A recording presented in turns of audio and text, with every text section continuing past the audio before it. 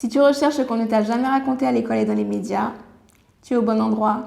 Bienvenue sur Grandeur Noire.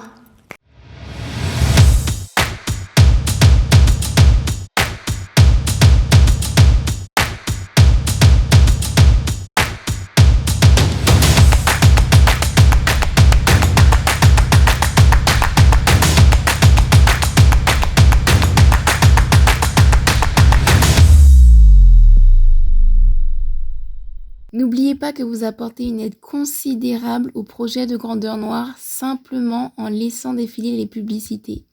Merci d'avance et bon visionnage. Bonjour à tous et à toutes, je suis très touchée de l'accueil vraiment enthousiaste que vous réservez à chaque vidéo, donc merci pour ça, merci d'être de plus en plus nombreux. J'espère qu'on va continuer de grandir en une belle communauté avec toujours des échanges aussi intéressants et complémentaires dans les commentaires. Merci aussi à ceux et celles qui font les dons PayPal et qui en plus les accompagnent avec des messages très encourageants.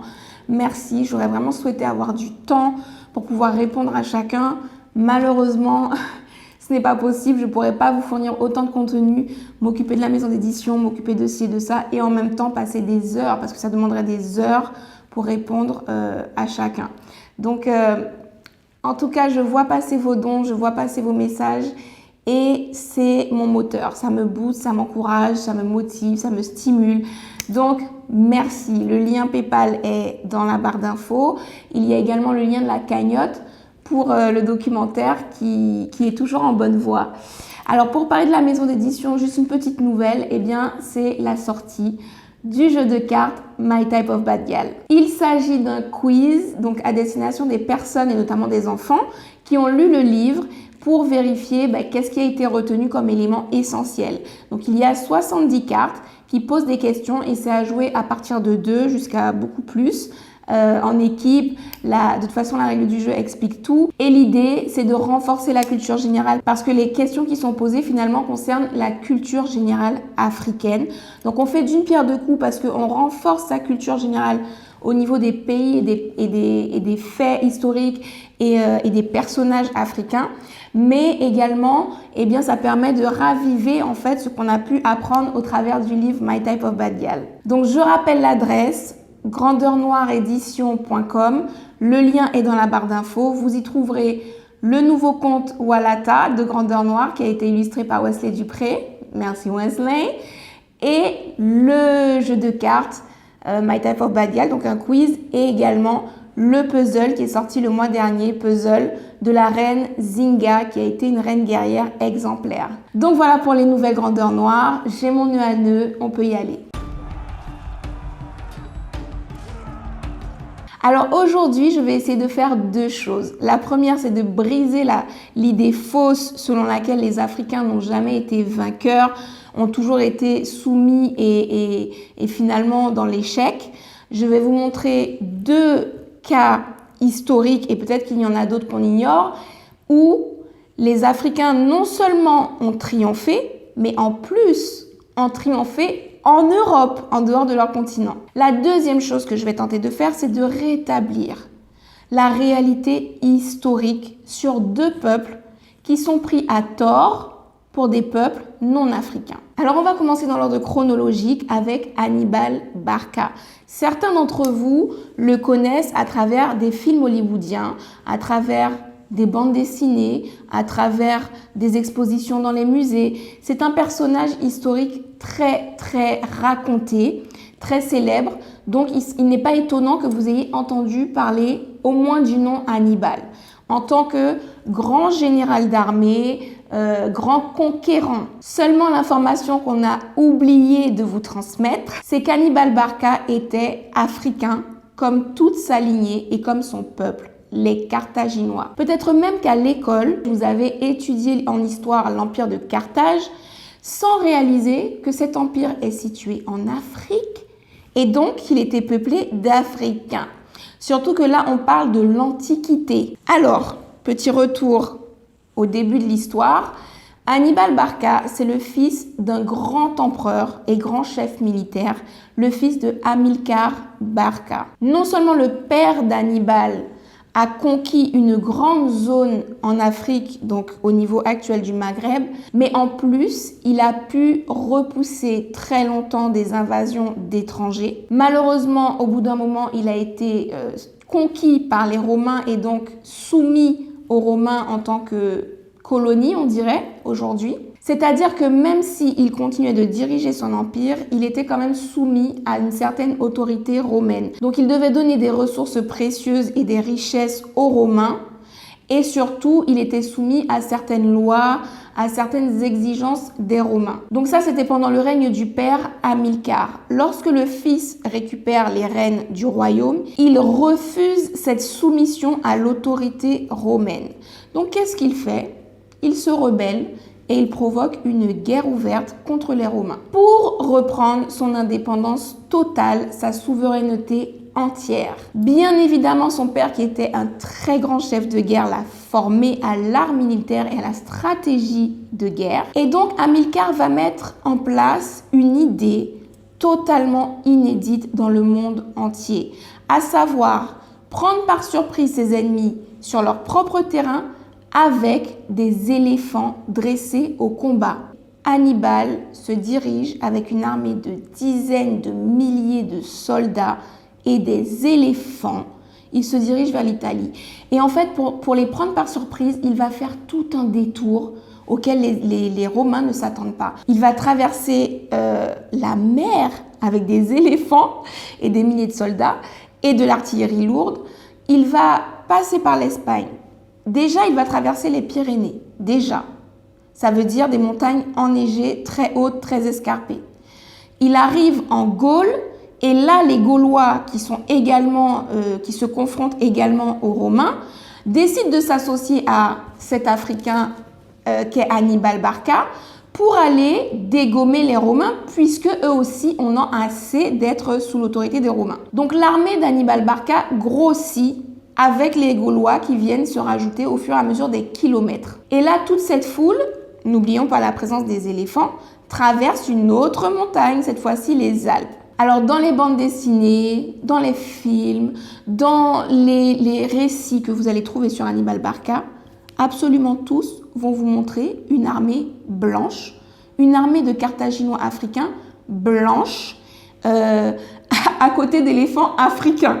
Donc c'est assez grotesque.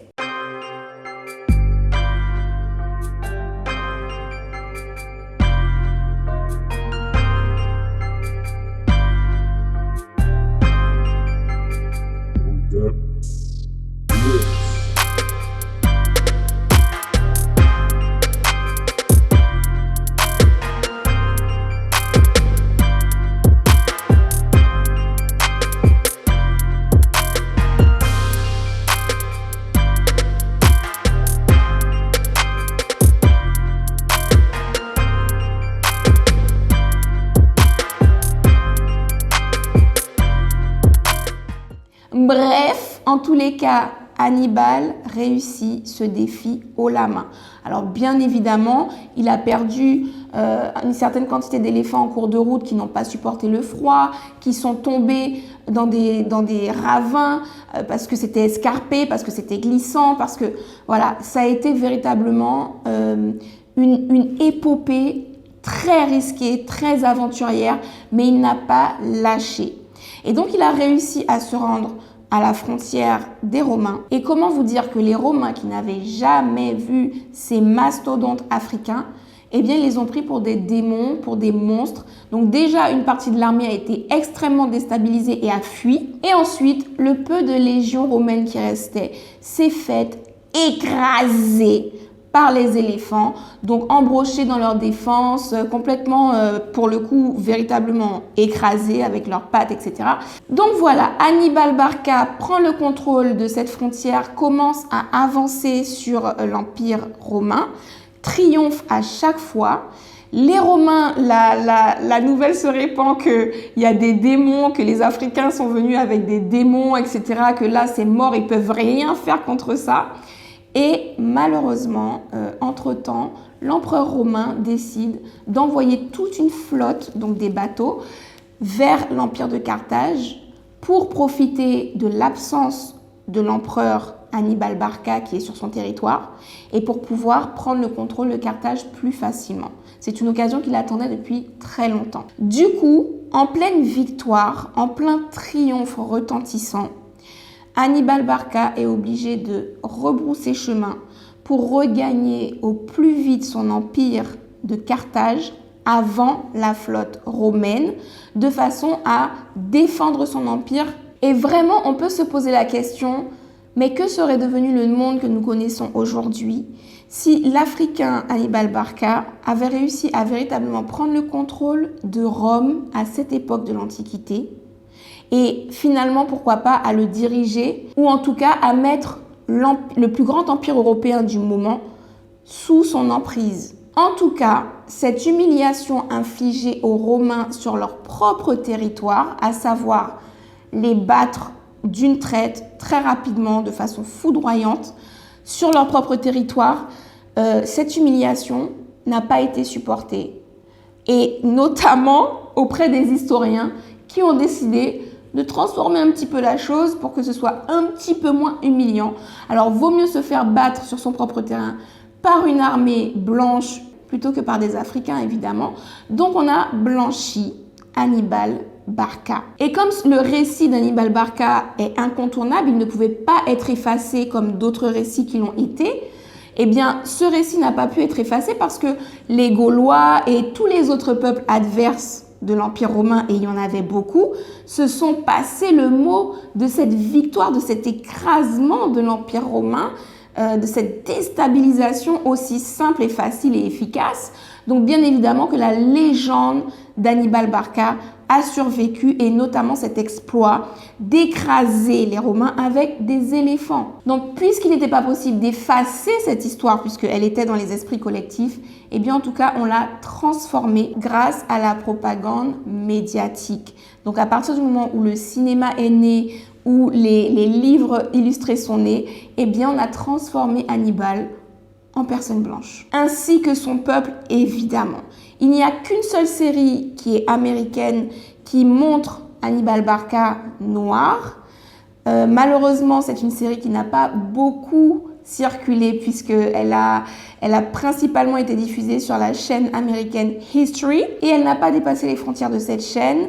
Donc, très peu d'entre nous ont eu l'occasion de voir cette série et même très peu d'entre nous la trouveront sur Internet, même de façon payante. Très peu d'entre nous la retrouveront de façon intégrale. Donc ça reste quand même une toute petite communauté qui a pu voir un Hannibal Barca africain. Donc voilà, ce qu'il est à retenir de l'épopée d'Hannibal Barca, c'est que c'est la seule fois au monde où les Romains ont été vaincus sur leur propre territoire. Et c'est également la première fois que des Européens ont été battus par des Africains sur leur territoire. Puisqu'on rappelle que les Européens ont déjà été battus à de maintes reprises en Afrique, que ce soit par Samori Touré, Shaka Zulu, la Renzinga. Je le rappelle, le puzzle de la Renzinga existe sur grandeurnoiredition.com. C'est vraiment un personnage historique incontournable et très important pour notre histoire. Donc n'hésitez pas à présenter ce personnage grandiose à vos enfants via un puzzle. Anyway, on s'égare. Il y en a vraiment plein des cas où les Africains ont battu à plate couture les Européens,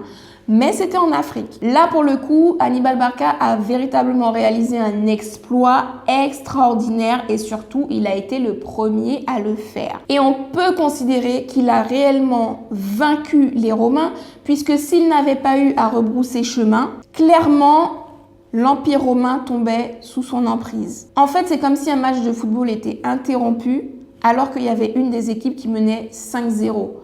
Même si le match est interrompu, qu'il ne reprend pas et qu'on considère qu'il est presque annulé, le public va forcément considérer que l'équipe qui a 5 points a gagné, l'équipe qui a 0 points a perdu. C'est exactement l'histoire d'Hannibal Barca et de l'Empire romain.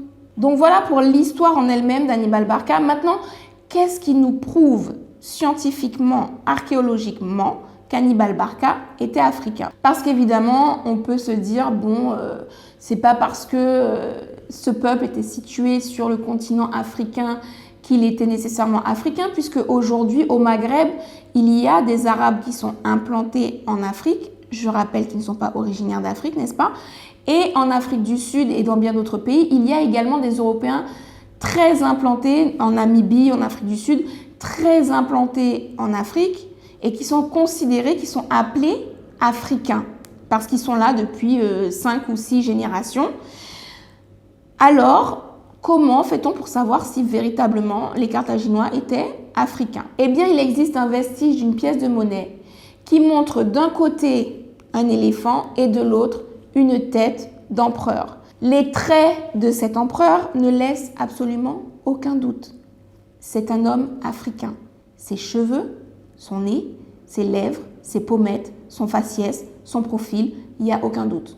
La pièce est datée de l'époque d'Hannibal Barca comme par hasard. Alors, ceux qui sont dans le déni le plus total nous disent « Oui, mais il n'y a pas le nom d'indiqué ». Néanmoins, ça fait un peu beaucoup une pièce où il y a l'image d'un empereur avec de l'autre côté un éléphant et que ce soit exactement la date où Hannibal Barca a régné. Parce qu'à cette époque, il était d'usage pour les rois, pour les empereurs, de faire frapper des monnaies en fonction de leur triomphe et des événements qui pouvaient arriver au cours de leur règne. Donc clairement, si Hannibal Barca a vaincu les Romains grâce à des éléphants, il était logique de mettre ce symbole de la victoire, les éléphants, sur les nouvelles pièces de monnaie en circulation pour célébrer cette victoire. Et il faut également savoir qu'à cette époque, les Européens et les Arabes n'avaient pas encore conquis et colonisé cette zone de l'Afrique. Donc c'était clairement des peuples autochtones, des peuples indigènes, des peuples locaux, des peuples originels, appelez-les comme vous voulez. Mais c'était nécessairement des peuples africains d'origine. C'est-à-dire que dès qu'on arrive dans l'histoire africaine, il faut justifier que les Africains étaient africains. Alors que quand on arrive dans l'histoire de l'Antiquité chinoise, dans des zones qui n'ont jamais été colonisées par des étrangers et qu'il y a eu des victoires, jamais on ne remet en question l'identité chinoise ou l'identité coréenne ou l'identité japonaise ou l'identité indienne. Mais dès qu'on arrive sur le continent africain, il faut justifier que le peuple de Kémet était noir, que le peuple de Punt était noir, que le peuple de Nubie était noir, que c'est... Je peux vous garantir que aucune série américaine n'aurait mis un acteur noir dans la peau d'un aussi grand héros qu'Hannibal Barca si jamais il n'y avait pas un fond de vérité, plus qu'un fond de vérité, dans l'identité africaine d'Hannibal Barca. À aucun moment vous ne verrez à Hollywood un Jules César noir ou un Napoléon noir ou un Louis XIV noir. Donc s'ils ont fait une série, même si c'est une seule, sur une chaîne nationale comme History, avec un acteur principal noir qui joue le rôle d'Hannibal Barca, clairement, c'est que la vérité est en train de faire son chemin pour éclater au grand jour. On passe à notre deuxième conquête de l'Europe par les Africains. Celle-ci est encore plus grandiose et prodigieuse parce que là, il ne s'agit pas que d'un seul pays, il s'agit vraiment de tout le sud de l'Europe, c'est-à-dire de l'Espagne entière, du sud de la France et d'une partie de l'Italie. Alors, il s'agit du peuple maure. On vous a laissé imaginer que c'est un peuple arabe. La carnation des Maures est extrêmement foncée. Alors, concernant l'identité africaine des Maures, cette fois-ci, comme c'est plus récent dans le temps, on a des peintures.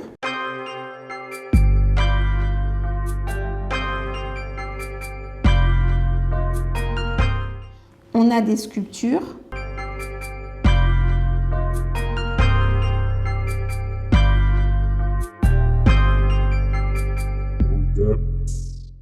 On a même des bijoux qui les représentent.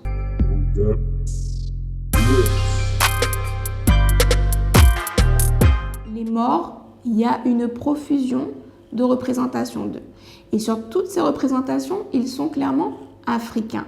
Et à cela se rajoutent certains témoignages. Ne serait-ce que l'un des plus fameux, la chanson de Roland. Alors cette chanson raconte la bataille au 8e siècle entre les troupes du neveu de Charlemagne et les Maures. Voici la description qu'on peut retrouver et là vous pouvez taper chanson de Roland sur internet, vous allez trouver. Ouvrez les guillemets, ces gens qui ont le nez large, fermez les guillemets. Ouvrez les guillemets, quand Roland aperçoit la race incroyable, plus noire que le plus noir des encres, de blanc il n'y a que les dents, fermez les guillemets. Alors il n'y a pas de doute, hein. On compare leur couleur à l'encre. Donc là, c'est la chanson de Roland. Certains diront « Oh, c'est une chanson, c'est imaginaire, peut-être qu'ils ont romancé ça. » Ok les gars, on va prendre des témoignages de personnes fiables. Alors, il y a le récit du roi d'Espagne Alfonso X qui fait le récit des morts sur son territoire. Et il s'exprime comme ceci, ouvrez les guillemets. « Tous les soldats morts étaient habillés de soie, leur face était noire comme du pois, et le plus beau d'entre eux était noir comme une casserole. » Fermez les guillemets. Alors, à savoir que, comment vous dire, l'hygiène à cette époque-là en Europe n'existait quasiment pas.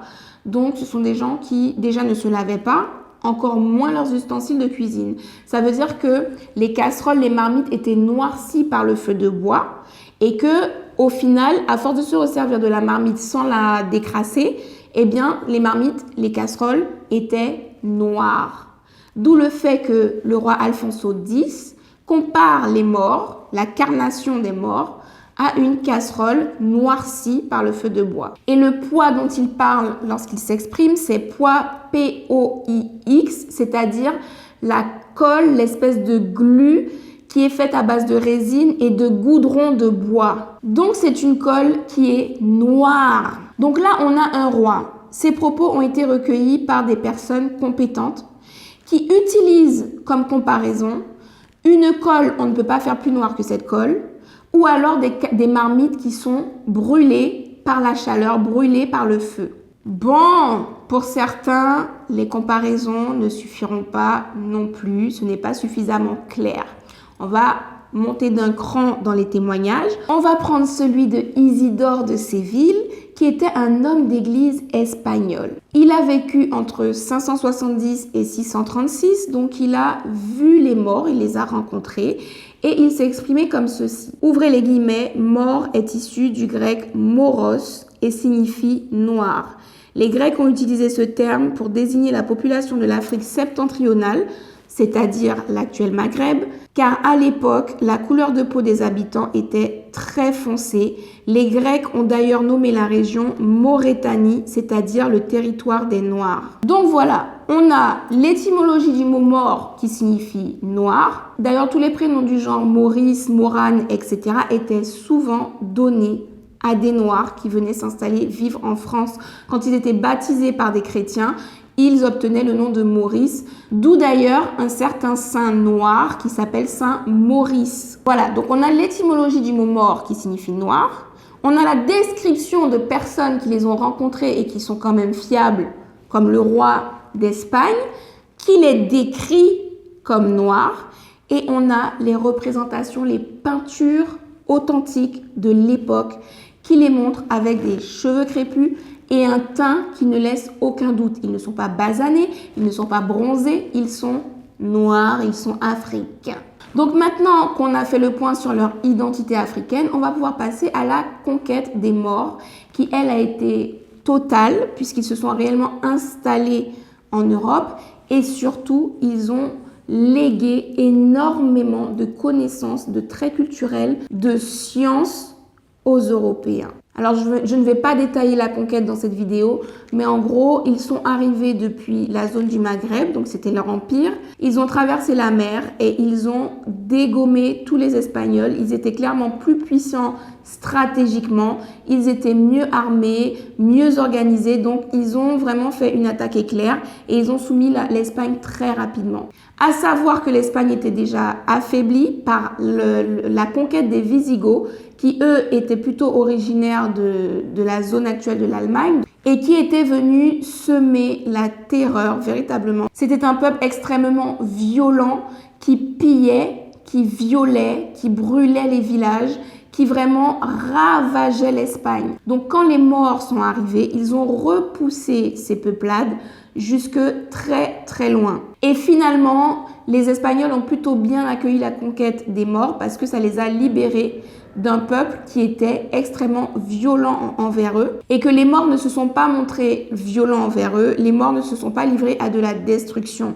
Les Maures sont arrivés avec un savoir qu'ils ont propagé en Europe parce que ça a commencé par l'Espagne et puis ça s'est répandu dans le sud et puis ça a même atteint le reste de la France. Alors quand les Maures sont arrivés, ils ont également impressionné les Espagnols parce que contrairement aux Visigoths qui avaient des dents complètement abîmées par le fait qu'ils se les brossaient pas, qui sentaient mauvais, qui avaient des cheveux collés par la crasse, bref, qui étaient sales et qui en plus étaient violents, eh bien, les morts étaient propres, les morts étaient vêtus somptueusement, les morts se tenaient à cheval de façon extrêmement altière. Les morts sont arrivés avec des instruments qu'ils ne connaissaient pas, des objets qu'ils ne connaissaient pas, qui étaient intrigants. Donc, tout ça a fait qu'il y a une véritable fascination, admiration qui est née pour ce peuple qui venait du soleil et qui est resté très longtemps. En fait, qui est resté jusqu'à la conquête de l'Afrique, quand là, il a fallu transformer l'histoire et dire que les Africains ne sont pas intelligents pour pouvoir les soumettre en esclavage. Mais avant ça, eh bien, ces Africains morts ont suscité le respect et la plus grande des admirations auprès des Européens, tous les Européens qu'ils ont croisés. D'ailleurs, les morts étaient tellement raffinés et érudits que beaucoup d'entre eux ont été anoblis par le Vatican. Ça veut dire que beaucoup d'entre eux ont été faits saints ou ont eu des titres d'évêques, de ceci, de cela au sein du Vatican, parce que c'était des personnes qui étaient, comme je vous ai dit, remplies de connaissances, remplies de beauté et de majesté. Et c'est comme ça qu'on a eu Saint Benoît le Mort. Si vous recherchez sur Internet, vous allez retrouver Saint Benoît le Mort. Cette fois-ci, mort s'écrit M-O-R-E. Et donc, que ce soit Saint Benoît le Mort ou bien Saint Maurice d'Agone, comme je vous en parlais tout à l'heure, ces Africains qui ont été faits saints, eh bien, ils ont des représentations, que ce soit en statue dans certaines églises ou que ce soit dans des peintures. Il y a eu également des morts qui ont intégré certaines armées européennes et qui ont eu de très grands postes prestigieux parce que, encore une fois, ils étaient extrêmement érudits, intelligents, malins, rusés, experts dans la stratégie de guerre. Donc, c'était des postes de généraux, c'était des grands postes, des hauts gradés en fait. Et beaucoup d'entre eux, encore une fois, ont eu leur représentation, que ce soit peinture ou sculpture, dans des tenues d'armée européenne parce qu'ils ont été intégrés à l'armée européenne. Non pas que ce soit eux qui aient voulu intégrer, on est venu les chercher pour ça. C'est comme quand aujourd'hui, on se rend compte que la NASA a énormément recruté de personnes noires à des postes clés pour effectuer des missions que eux n'arrivaient pas à faire avec leur peuple américain blanc. Donc on le rappelle quand même, il n'y aurait pas eu de premier Américain sur la Lune, de premier Américain dans l'espace, s'il n'y avait pas eu une femme noire aux commandes des calculs de la trajectoire. Donc voilà, quand les Européens ne sont pas allés en Afrique pour piller le savoir, eh bien ils ont recruté des gens extrêmement érudits pour les aider. Ça a été le cas des morts qui ont été recrutés dans leurs armées pour leur permettre de vaincre leurs adversaires. Là où la conquête des morts, on peut dire qu'elle a carrément posé les bases de la civilisation en Europe, c'est que déjà, ils arrivent au 8e siècle, ils s'implantent, ils influencent les Européens de façon bénéfique jusqu'au 15e siècle. Alors comment ils ont fait ça? Première des choses, l'hygiène. Ces rues servent d'égout à ciel ouvert. Les habitants des maisons y versent leurs déjections de la nuit qu'on a gardées dans des pots de chambre, les déchets de cuisine, et tout cela va s'entasser. Vous imaginez bien sûr les odeurs, les microbes. C'est pour ça que dans les villes, il y a souvent des épidémies, les gens sont malades. Ce sont des rues véritablement insalubres. L'un des usages du parfum est de masquer surtout les odeurs, et le parfum arrive justement pour compenser ce manque de propreté. On ne lave pas les cheveux, mais on les poudre. Le roi sent très mauvais de la bouche, et en 1685, le roi n'a même pas 50 ans, il a pratiquement plus de dents. On se libère derrière les portes ou dans les recoins des escaliers. Les morts sont arrivés avec du savon. Donc ils ont appris aux Européens à se laver plus qu'une ou deux fois par an, à se laver quotidiennement, en tous les cas régulièrement. Ils ont appris aux Européens à changer de vêtements régulièrement aussi, parce que s'ils ne se lavent pas, pourquoi changer de vêtements quoi? Donc ils ont appris aux Européens à changer de vêtements et même à s'habiller un peu plus le swag quoi, la mode, le fashion, enfin. Ça n'a pas changé avec aujourd'hui. Quand on regarde la mode, je suis désolée, elle est extrêmement influencée par les personnes noires. Qu'elles soient ici des États-Unis, de l'Afrique ou d'ailleurs, ou de Jamaïque. Très souvent, les modes qui circulent dans le monde entier proviennent de la communauté noire. Anyway, Ça a déjà commencé à cette époque, donc ils ont amené des modes, des tissus, une façon de s'habiller. Autre chose par rapport à l'hygiène, ils ont appris aux Européens à séparer leur lieu de vie et le lieu de vie de leurs animaux. Parce que bien évidemment, à cette époque-là, il y avait énormément d'agriculture et d'élevage. Donc, beaucoup de familles européennes, que ce soit espagnoles, françaises, italiennes, avaient des cochons, des chèvres, des poules, toutes sortes de bétail, toutes sortes de volailles. Et tout ça dormait avec eux dans la maison. C'est-à-dire que le jour, ils pouvaient être soit dans un enclos, soit en liberté pour brouter. Et le soir, tous les animaux rentraient dans la maison au même endroit que les familles et dormaient là. Donc, il y avait des maladies, bien évidemment. Hein? La varicelle, la rougeole, des infestations de poux, de tiques. Excusez-moi. Anyway, excusez-moi. Donc voilà, les maladies passaient beaucoup plus facilement de l'animal à l'humain puisqu'il y avait une promiscuité comme ça entre les animaux et les familles. Les morts sont arrivés et ont créé ce qu'on appelle aujourd'hui la basse-cour, c'est-à-dire le lieu de vie des animaux. Et enfin, dernier exemple pour l'hygiène, eh bien, ils ont répandu l'usage de l'alcool à 90 pour désinfecter, notamment pour désinfecter les ustensiles de médecine. Quand on coupe une plaie, on désinfecte avant le scalpel, le couteau ou je ne sais quoi. Quand on accouche une femme, on désinfecte les instruments. Donc, ils sont venus avec cette pratique de l'alcool à 90. Ce qui a énormément fait chuter le taux de mortalité, que ce soit mortalité infantile ou que ce soit la mortalité en général. Je ne vais même pas m'attarder sur le fait de leur apprendre à se brosser les dents. Hein. On a dit que c'était le dernier exemple, l'alcool à 90. Bref, ça ce n'est que pour l'hygiène. Ensuite, du côté de la lecture, ils ont révolutionné l'Europe. C'est-à-dire que 99% des habitants de l'Europe ne savaient pas lire, n'avaient pas accès aux livres. Donc c'est pourquoi aussi l'Église pouvait raconter ce qu'elle voulait, les gouvernants pouvaient faire croire à ce qu'ils voulaient, les gens n'avaient pas accès à l'information, aux sources. Et là, on parle également des rois et des nobles. Il y a beaucoup de rois dans l'histoire européenne, que ce soit en Angleterre, en France, en Espagne, en Italie et autres, qui ne savaient pas lire. En général, c'était plutôt les membres du clergé qui étaient très haut placés qui apprenaient à lire et à écrire. Donc vraiment, très rares étaient les personnes qui avaient accès à la lecture à cette époque-là. En fait, c'est même pas le Moyen-Âge qu'on devrait appeler cette période en Europe, c'est le faible âge.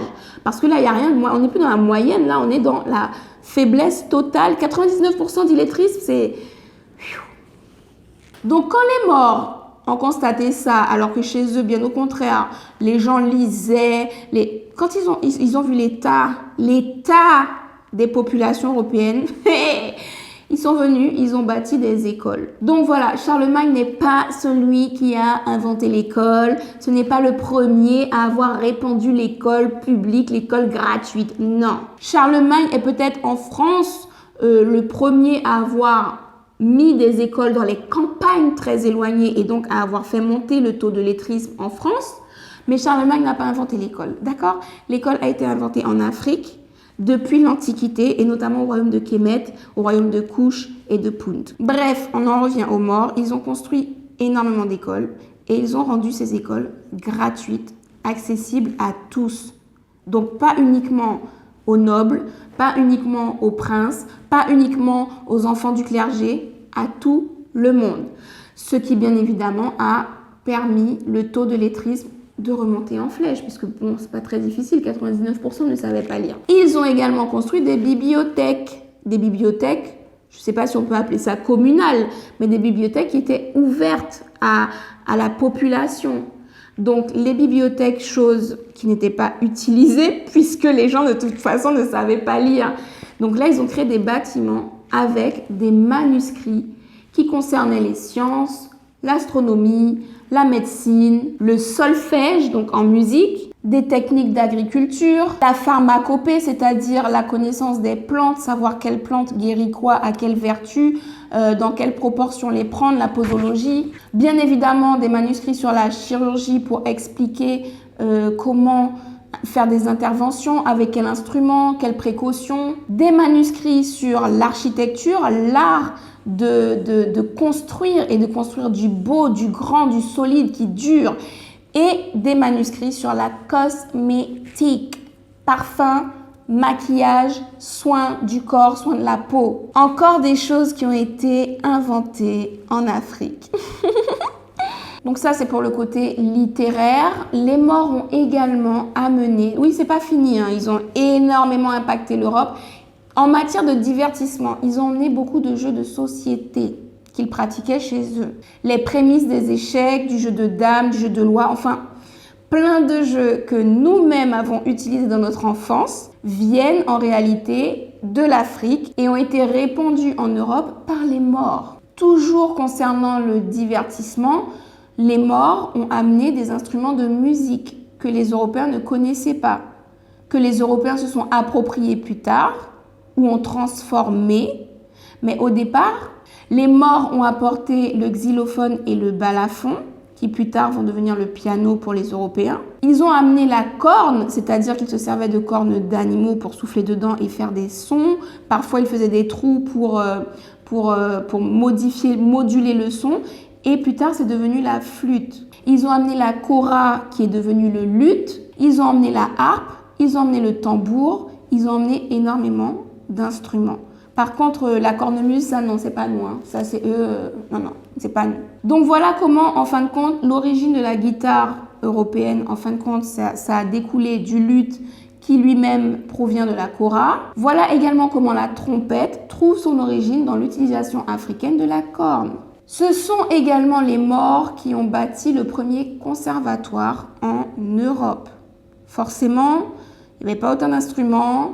Les Européens ne connaissaient pas le solfège, ils ne pratiquaient pas tant que ça, bref. Donc là, l'idée, c'était vraiment d'institutionnaliser, de professionnaliser les artistes. Donc à Valence, en Espagne, ils ont bâti un premier conservatoire, puis d'autres. Et ensuite, les Européens ont repris cette pratique de bâtir des conservatoires et d'enseigner la musique de façon réellement professionnelle et encadrée.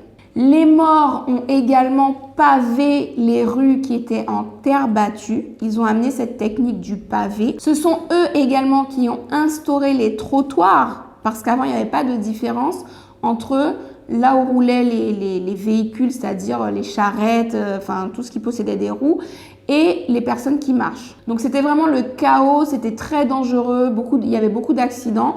Là, ils ont délimité un espace pour les véhicules, un espace pour les piétons, en amenant ce principe du trottoir aux Européens. Et toujours concernant l'architecture et l'urbanisme, eh bien, ils ont amené l'éclairage public. Alors bien évidemment, à l'époque, c'était pas d'électricité, donc c'était des lampadaires qu'il fallait allumer à certaines heures. En fonction des saisons, eh bien, il fallait allumer des lampes à huile ou autres avec du feu. Et donc ces lampes, il y avait quelqu'un qui était attitré pour entretenir ces lampes toute la nuit. Et ces lampadaires étaient disposés à certaines distances pour que tout le chemin soit éclairé. Et ça a été véritablement une révolution qui a changé la vie des Européens, puisqu'ils ont pu circuler la nuit, chose qui n'était pas possible avant à cause du fait qu'il n'y avait pas d'éclairage et que c'était extrêmement dangereux. On pouvait se faire braquer beaucoup plus facilement. Donc voilà, je ne vais pas pouvoir détailler en une seule vidéo tous les apports des Maures, mais sachez qu'ils ont amené une architecture sophistiquée.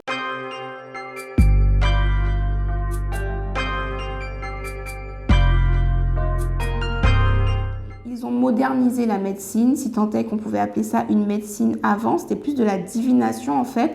Les Européens avaient affaire, surtout les Gaulois et compagnie, ils avaient affaire à des druides, à des gens qui disaient voir dans les étoiles ou dans le vent ou dans la couleur d'une feuille, de branche, de machin.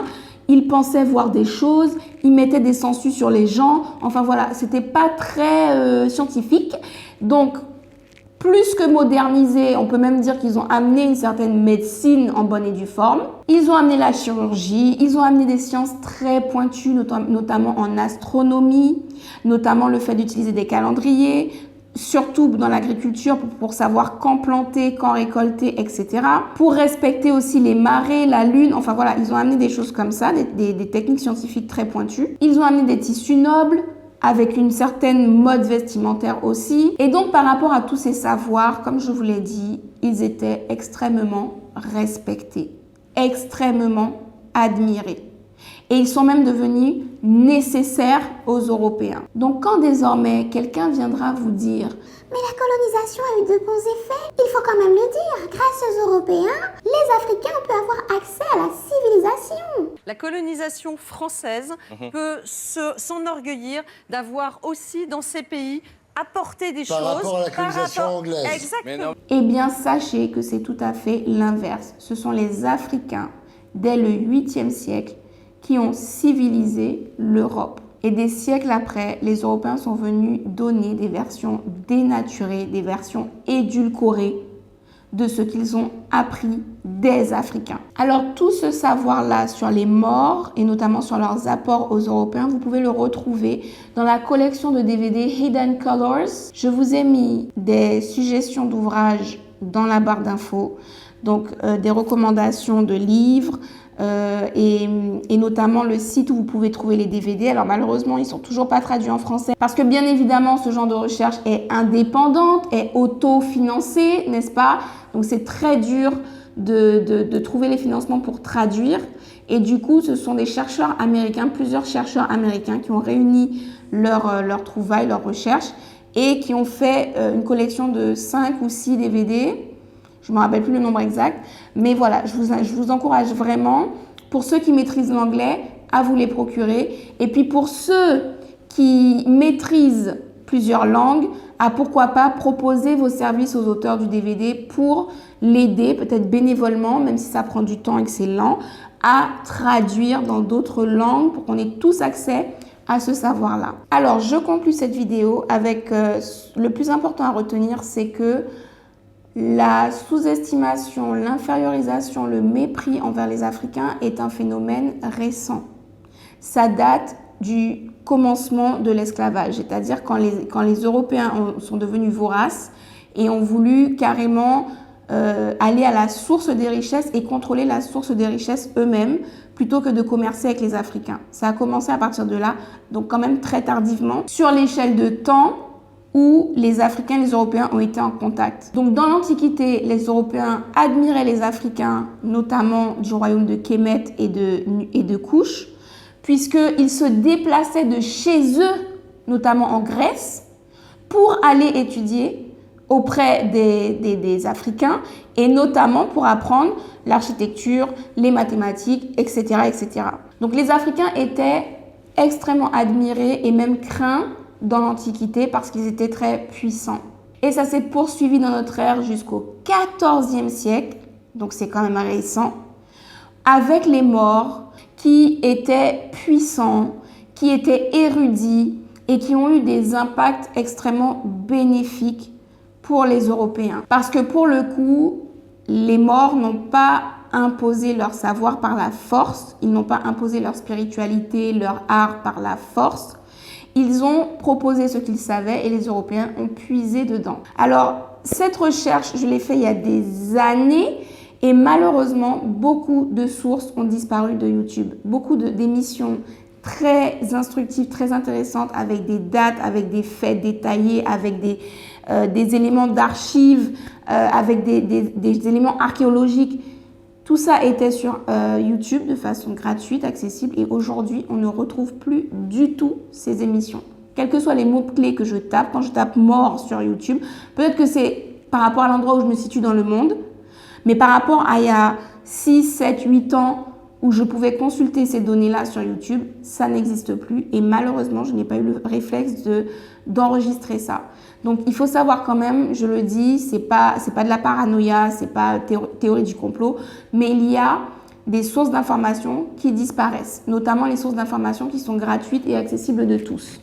Donc, quand vous rencontrez des émissions intéressantes et informatives, où vous entendez des informations qui ne vous sont pas rapportées dans les médias traditionnels, prenez le réflexe d'enregistrer, de sauvegarder sur votre ordinateur une clé, un cloud, enfin de garder en fait parce que ça peut disparaître. Donc voilà, j'espère que cet épisode vous aura été utile, que vous y aurez appris de nouvelles choses. Si tel est le cas, essayez de partager cette instruction avec les personnes que vous savez que ça pourrait intéresser autour de vous. Et puis encore une fois, sachez que ce travail demande énormément de temps.